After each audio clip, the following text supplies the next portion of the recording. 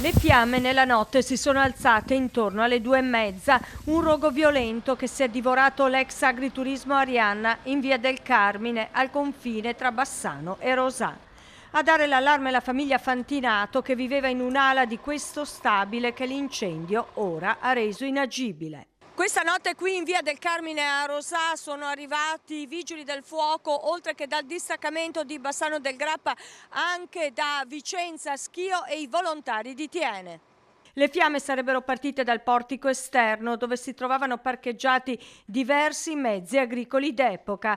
Poi si sono propagate molto velocemente anche all'interno dell'edificio, una struttura di circa 400 metri quadrati. Lo stabile è una struttura che c'è molto legno, di soppalchi in legno, quindi anche questo ha portato questa velocità della propagazione dell'incendio. Le temperature sono state elevate perché il carico di incendio era abbastanza importante, quindi avevamo parecchie attrezzature agricole con trattori, macchine d'epoca, moto, e quindi l'incendio è stato abbastanza aggressivo. A rendere la situazione ancora più rischiosa la presenza di alcune bombole di GPL all'interno del magazzino. C'erano delle bombole di GPL che sono state portate all'esterno dai colleghi che sono intervenuti questa notte, però non escludiamo nessuna pista attualmente. I vigili del fuoco, i carabinieri, sono infatti a lavoro in queste ore per fare luce sulle cause dell'incendio. Le cause le stiamo adesso